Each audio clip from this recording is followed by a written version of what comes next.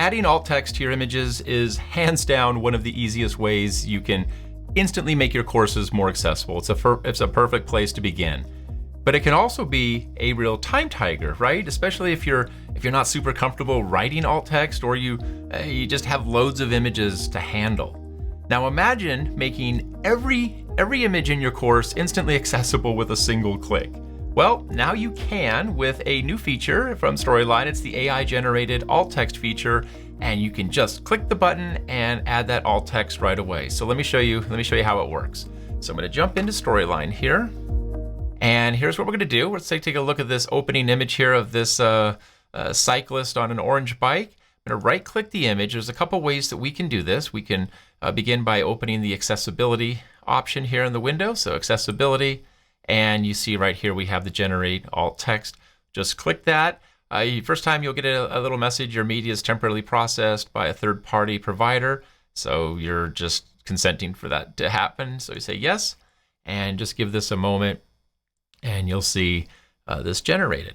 There we go. Person rides an orange bike on a city. Let's move this over so we can see it, wearing a blazer khaki. And what's really nice here is you can see the alt text character count that's being used, 107, which is within that maximum of 150 characters. So that worked out really great.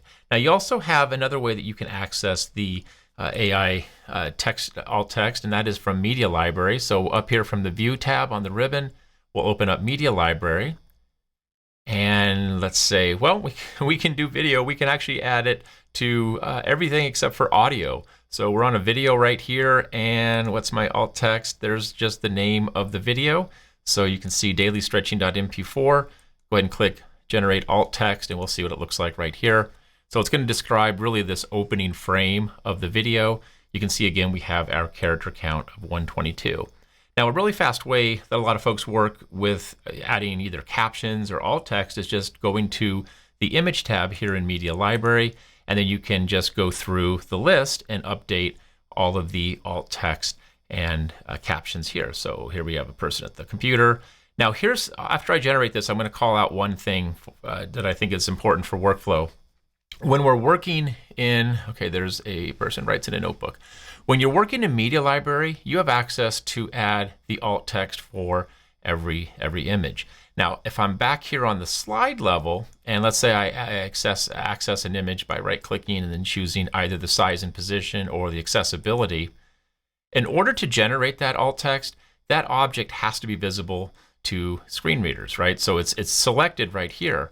However, when you're working in Media Library, you don't have that option. So you can add alt text to every image, even if they're not visible to screen readers. So just something to keep in mind. I think when you're working here at the slide level, it makes it really easy to see which images are being made visible to accessibility tools. So you have to actually enable that before you can make add the alt text. However, if you are just working solely here in Media Library, you could still add the alt text, but it doesn't necessarily mean that that object is available in the screen reader. So just keep that in mind.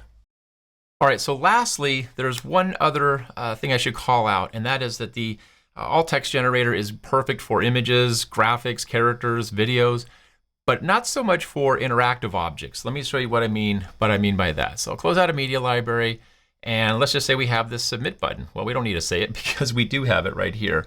So if I right click and choose accessibility, I can generate alt text for that. But what you're going to see is, go ahead and say yes, it's going to generate a description of that green rectangle, a green button with the word submit in red and white. That's not super helpful, right? That's not going to be what we like. So we recommend you don't use the generate alt text on interactive objects, form fields, buttons, things like that, navigation elements.